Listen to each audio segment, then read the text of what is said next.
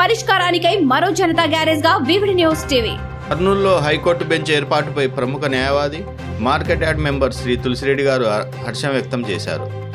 కర్నూలులో high court bench ఏర్పాటుపై ప్రముఖ న్యాయవాది market yard member Shri Tulasi Reddy గారు హర్షం వ్యక్తం చేశారు. కర్నూలులో హైకోర్టు బెంచ్ రావడం రాయలసీమ ప్రజలకు ఎంతో ఉపయోగకరంగా ఉంటుందని తెలిపారు. అలాగే హ్యూమన్ రైట్స్, లోకాయుక్త కోర్టులను కూడా కర్నూలులో యథాస్థానంలో ఉంచుటకు ప్రభుత్వం ఒప్పుకుందన్నారు. ఈ సందర్భంలో ముఖ్యమంత్రి నారా చంద్రబాబు నాయుడు గారికి, న్యాయశాఖ మంత్రులు శ్రీ ఎన్ఎండి ఫారూక్ గారికి ధన్యవాదాలు తెలియజేశారు.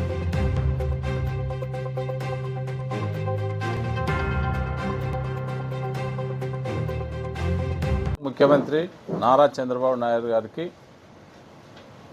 కర్నూలులో హైకోర్టు బెంచ్ని ఏర్పాటు చేసినందుకు న్యాయవాదుల తరఫున ధన్యవాదాలు తెలియజేస్తున్నాము. ఎందుకంటే రాయలసీమ ప్రజల చిరకాల వాంఛ. ఎందుకంటే విజయవాడకు పోవాలంటే దాదాపు 300 కిలోమీటర్ల దూరం ప్రయాణించి అక్కడ హైకోర్టులో కేసులు వేయాలని చాలా ఇబ్బందికరమైనటువంటి విషయము.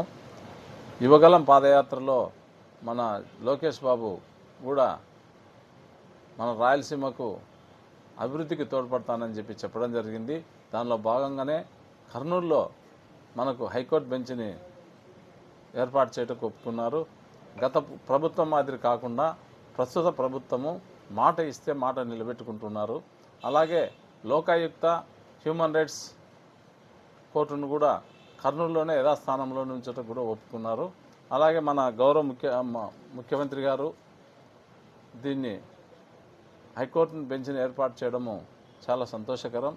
ఎందుకంటే మన భారతదేశంలో చాలా రాష్ట్రాల్లో మద్రాసులో హైకోర్టు ఉంటే మదురైలో కూడా ఒక బెంచ్ ఇచ్చారు.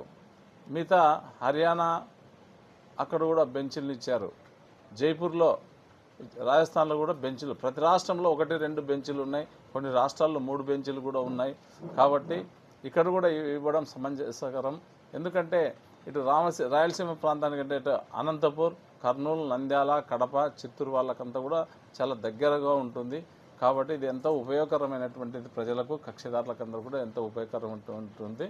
అలాగే భవిష్యత్తులో కూడా ఎక్కడికో వెళ్ళాల్సినంత అవసరం లేదు, వ్యయ ప్రయాసాలకు గురైపోవాల్సినంత అవసరం లేదు. ఇక్కడే కర్నూలులోనే అడ్వకేట్స్ ఉంటారు, లేకుంటే హైదరాబాద్ నుంచి అడ్వకేట్స్ వస్తారు. కేసులన్నీ కూడా ఇక్కడే వాదించుకునే దానికి అవకాశం ఉంటుంది. కాబట్టి ముఖ్యమంత్రి గారికి, లోకేష్ బాబు గారికి ప్రత్యేక ధన్యవాదాలు తెలియజేస్తున్నాము. అలాగే మన న్యాయశాఖ మంత్రి ఫరూక్ గారికి కూడా ధన్యవాదాలు తెలియజేస్తున్నాము. ఎందుకంటే ఆయన కృషి కూడా ఉంది దీంట్లో. కాబట్టి న్యాయవాదులందరూ కూడా Nandyal bar association, Kurnool bar association తరఫున కూడా ముఖ్యమంత్రి గారికి, లోకేష్ బాబు, ఫరూక్ గారికి ధన్యవాదాలు తెలియజేస్తున్నాం. హలో అండి, నేను మీ కిరాక్ సీత. ఎలా ఉన్నారు అందరూ? Please do support VBD news and thank you for all your love and support అండి. Please do subscribe to VBD news.